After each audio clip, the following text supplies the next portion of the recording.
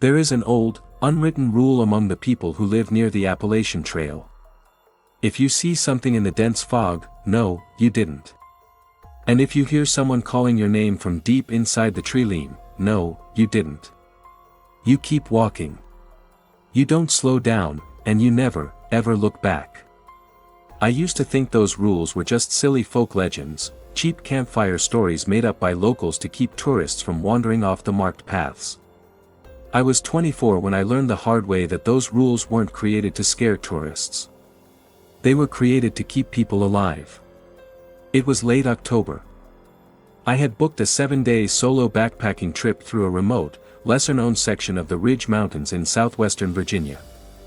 I've been hiking since I was a kid. I knew how to read maps, I knew how to handle black bears, and I had high-end cold-weather gear. On paper, I was fully prepared.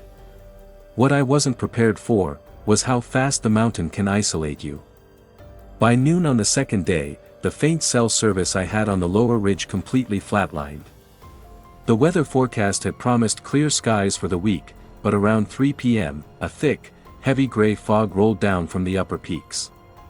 It wasn't normal fog. It was dense, cold, and smelled faintly like damp copper and decaying wet leaves. Within 30 minutes, the daylight was swallowed whole. The trees in this section of the range were massive, ancient oaks and pine trees so tightly packed that their canopy blocked whatever weak sunlight was left. That was when the forest went dead silent. If you've ever spent real time in the deep woods, you know that the wilderness is never actually quiet. There's always the wind rustling through the canopy, birds calling in the distance, or small rodents scurrying through the brush. But right around 4:15 p.m., every single sound stopped. It was as if someone had flipped a master switch on the entire mountain. I stopped in my tracks, adjusting the heavy straps of my 65-liter backpack. I took a deep breath, telling myself it was just a sudden drop in barometric pressure before a cold front. But my body knew before my brain did. The hair on the back of my neck was completely standing up. I kept moving, aiming to reach a designated primitive shelter marked on my topo map about 2 miles ahead. That's when I heard the first footsteps. They weren't behind me. They were to my left, about 50 yards off the main trail, deep inside the heavy thicket. Crunch, crunch, crunch. I froze. "Hey there," I called out, trying to sound casual and confident. "Just so you know, I'm on the trail." No answer. Just the heavy, muffled silence of the foggy woods. I waited for about 10 seconds. When nothing moved, I took 3 steps forward. Crunch, crunch, crunch. Whatever was out there took 3 steps at the exact same pace. It was matching my stride, deliberately syncing its movements with mine so I wouldn't notice. I stopped dead in my tracks again. The footsteps stopped instantly. I shifted my weight and peered into the fog. Between 2 massive pine trees, about 40 feet away, I saw a shape. At first, I thought it was a tall, dead tree stump coated in gray moss. But as I stared, trying to make sense of the silhouette, I realized the proportions were completely wrong. It was far too tall, easily over 7 feet tall, and completely motionless. It wasn't wearing bright hiking gear.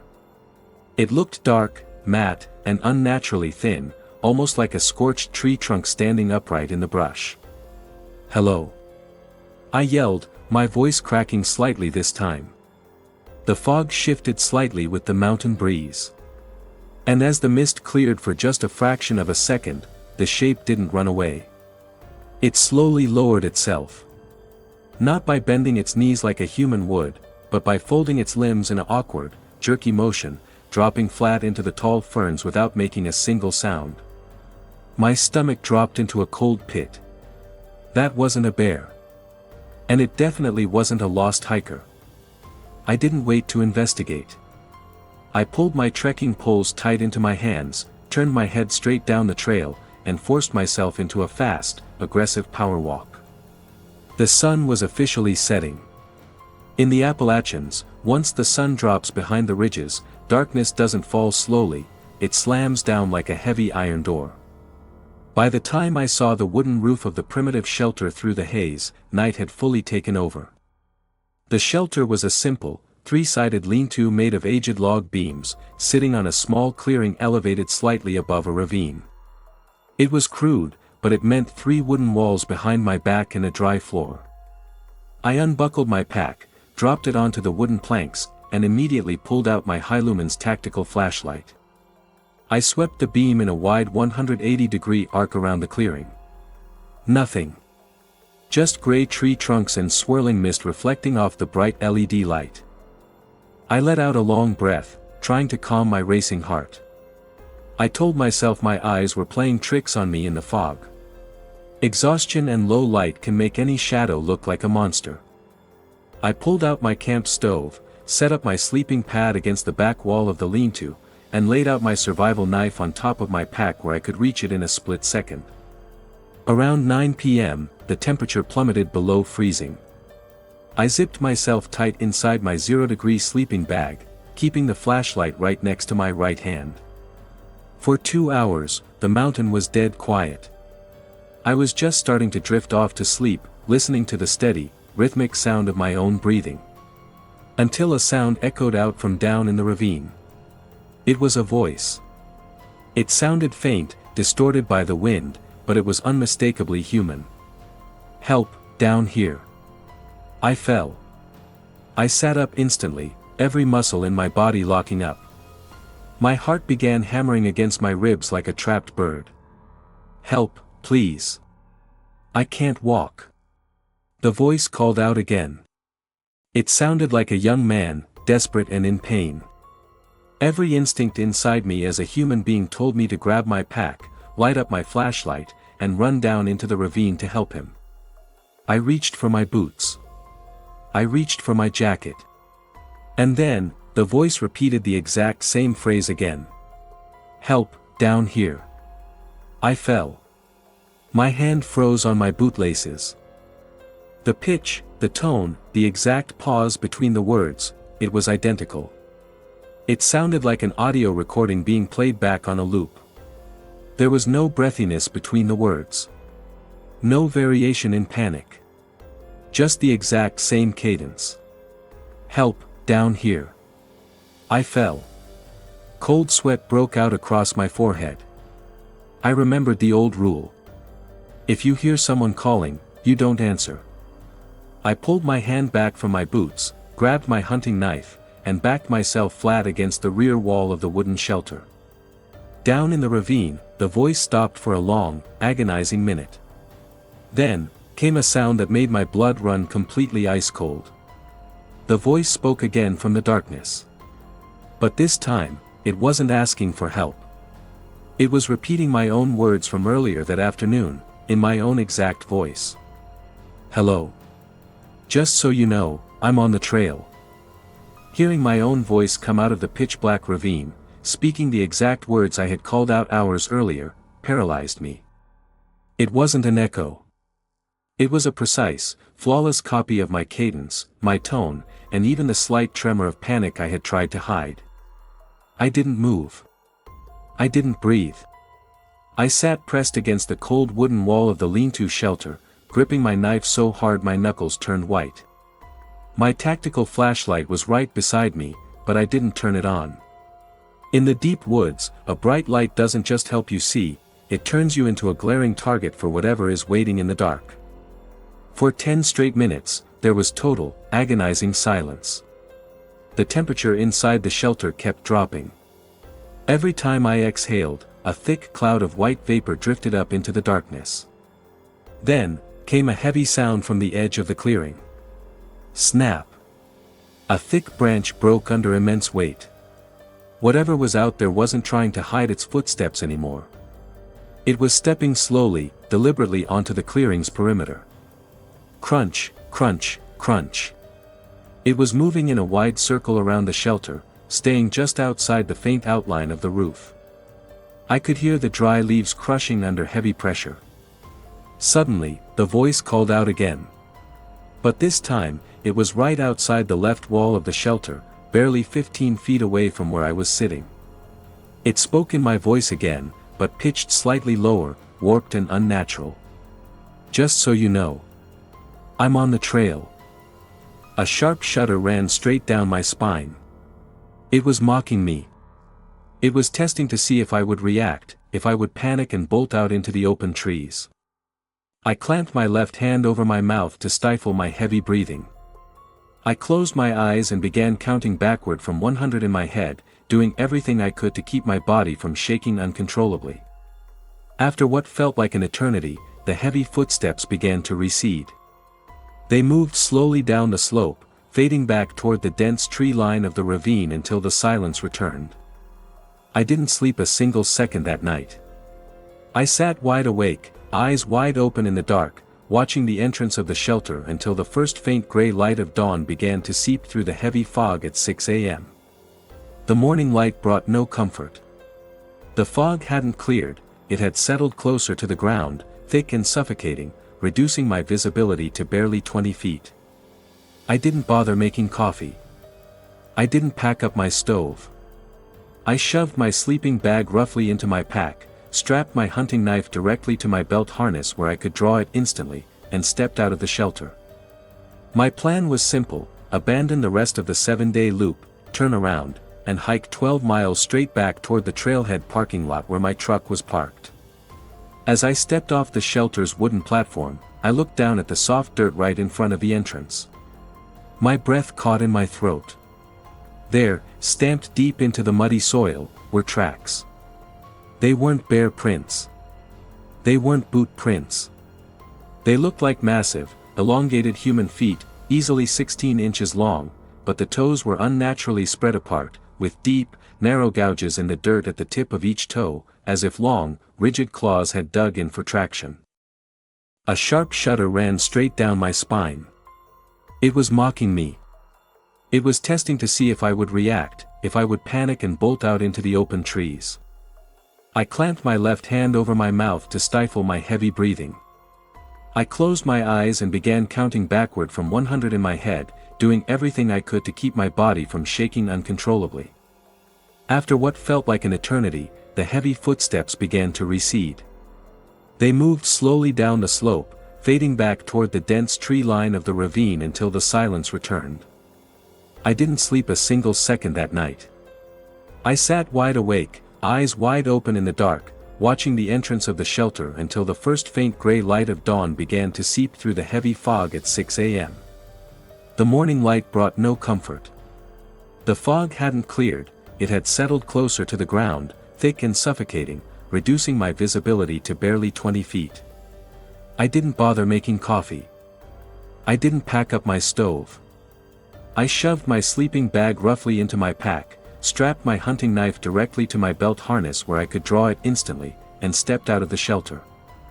My plan was simple: abandon the rest of the 7-day loop, turn around, and hike 12 miles straight back toward the trailhead parking lot where my truck was parked. As I stepped off the shelter's wooden platform, I looked down at the soft dirt right in front of the entrance. My breath caught in my throat. There, stamped deep into the muddy soil, were tracks. They weren't bare prints. They weren't boot prints. They looked like massive, elongated human feet, easily 16 inches long, but the toes were unnaturally spread apart, with deep, narrow gouges in the dirt at the tip of each toe, as if long, rigid claws had dug in for traction. High up in the canopy, 30 feet above the ground, heavy branches were swaying violently, not from the wind, but under the weight of something massive moving through the treetops. Thump, thump, thump. It was leaping from tree to tree, keeping pace with me from above. It moved with frightening speed, fluid and unnatural, swinging through the thick branches without dropping to the forest floor. Every few seconds, pieces of bark and loose twigs would rain down onto the dirt path right behind my boots. It was hurting me. It was tracking me from above, waiting for the trail to narrow or for me to trip and fall. I pulled out my bear spray from my chest rig, unlocked the safety clip with my thumb, and gripped my knife in my other hand. I didn't look up into the trees anymore. Old woodsmen always say that showing a predator you know it's stalking you can trigger its final strike. I kept my eyes locked strictly on the dirt path ahead, moving as fast as my legs could carry me. Then, the trail took a sharp, descending turn toward a narrow wooden footbridge crossing a deep, roaring mountain creek. If I could cross that bridge, the trail opened up into a wider dirt fire road that led straight to the park boundaries. I picked up my pace into a light jog, my heavy backpack bouncing violently against my spine. 50 yards from the bridge, 30 yards, 20 yards. Just as my front boot hit the wooden planks of the footbridge, a heavy, sickening sound echoed from the trees directly above the middle of the bridge. Snap! A massive, shadowy figure dropped straight down out of the fog, slamming heavily onto the center of the wooden bridge, completely blocking my only exit. The force of the impact shook the wooden footbridge beneath my boots. Dust and dead leaves erupted into the air as the heavy silhouette crouched in the middle of the bridge, completely blocking the path across the roaring mountain creek. I skidded to a halt, nearly losing my balance on the slick, wet planks. The creature slowly began to uncoil itself, rising up to its full, sickening height. It stood nearly 8 feet tall, framed by the dense gray fog behind it. It was unnaturally emaciated. Its ribs were visible under dark, leathery skin that looked wet and hairless, drawn so tight over its skeletal frame that every bone stood out in horrific detail. Its arms were disproportionately long, hanging past its knees, ending in thick, elongated fingers with blackened, jagged nails. But its face is what will haunt me for the rest of my life. It had no visible nose, just 2 dark, slit-like nostrils. Its eyes were sunken deep into its skull, completely black and glossy, reflecting no light whatsoever. And its mouth was stretched wide, pulled back into a permanent, frozen grimace that showed rows of small, discolored, sharp teeth. It didn't roar. It didn't growl. It just stared at me, its head tilting at a sharp, unnatural 90-degree angle, like a bird inspecting an insect. My mind completely short-circuited. Every instinct screamed at me that I was looking at something that shouldn't exist, something ancient and foul that had lived in these mountains long before humans ever mapped them. My hand was trembling so violently that I nearly dropped my canister of bear spray. The creature took one slow, deliberate step toward me. Its long, bent toes gripped the wooden planks with a wet, scraping sound. As it moved, a wave of horrific smell hit my nostrils. It was the suffocating stench of rotting meat, stagnant swamp water, and metallic blood. That smell broke my paralysis. Without thinking, I raised the bear spray, aimed straight at its dark, sunken eyes, and slammed my thumb down on the trigger. A dense, bright orange cloud of high-pressure pepper spray erupted from the nozzle, engulfing the creature's head in a thick mist. It let out an ear-splitting, high-pitched shriek, a sound that sounded like a screeching train brake mixed with a human scream. It recoiled violently, slapping its long, clawed hands against its face and thrashing against the wooden railings of the bridge. I didn't wait to see if it was permanently blinded. I turned on my heel and bolted off the bridge, abandoning the main trail entirely. I dove straight down the steep, slippery embankment into the thick, thorny brush of the ravine. I threw caution to the wind. Branches tore at my jacket, sharp briars cut across my face, and wet rocks threatened to snap my ankles with every desperate stride, but I didn't slow down. Behind me, the mountain erupted into chaos. I could hear the creature crashing through the thickets at terrifying speed. It was no longer trying to be quiet. It was running on all fours, snapping saplings in half and hurling its heavy weight through the underbrush like an enraged predator. Crash! Crash! Crash! It was closing the distance fast. Help! I screamed out into the fog, tears mixing with the cold sweat on my face. Somebody help me! My foot caught on a concealed tree root. I went airborne, slamming hard onto the rocky ground, rolling down a muddy slope until I crashed heavily against the base of a massive fallen oak tree. The impact knocked the wind completely out of my chest. My tactical flashlight flew out of my hand, bouncing down the rocks into the rushing creek below. My bear spray was gone. I lay there in the mud, gasping for air, my ribs burning with sharp pain. Above me, on top of the embankment I had just tumbled down, the heavy crashing stopped. The silence returned, sudden, heavy, and suffocating. I pressed my back flat against the rotting log, pulling my legs tight up to my chest. I drew my hunting knife with my right hand, holding it close to my chest, my knuckles raw and bleeding. I heard a soft, wet rustle in the leaves directly on the other side of the fallen oak tree. It was right above me, separated only by a 3-foot thick trunk of rotting wood. I held my breath, squeezing my eyes shut. I prayed to whatever God was listening to just let me die quickly. I could hear it breathing. It was a heavy, wet, rattling wheeze, like air being pulled through fluid-filled lungs. Then, I felt a cold, damp draft hit the back of my neck. A shadow fell over me as the creature leaned over the top of the fallen log. I could hear its long, black claws lightly tapping against the bark right above my head. Tink, tink, tink. It paused for 3 agonizing seconds. Then, it leaned down closer, so close I could smell the hot, putrid stench of its breath on my shoulder. And right next to my ear, it whispered in a voice that sounded like 2 dry stones grinding together. "Help, down here." I fell. I squeezed my eyes shut and drove my hunting knife upward into the dark with everything I had left in my body. I felt the blade bite into something dense and tough like leather. A wet, guttural hiss echoed right above my face, followed by a heavy splash as the creature recoiled backward into the thicket. I didn't look back. I didn't check to see if it was wounded. I scrambled to my feet, powered by pure, unadulterated adrenaline, and sprinted blindly through the fog along the edge of the creek.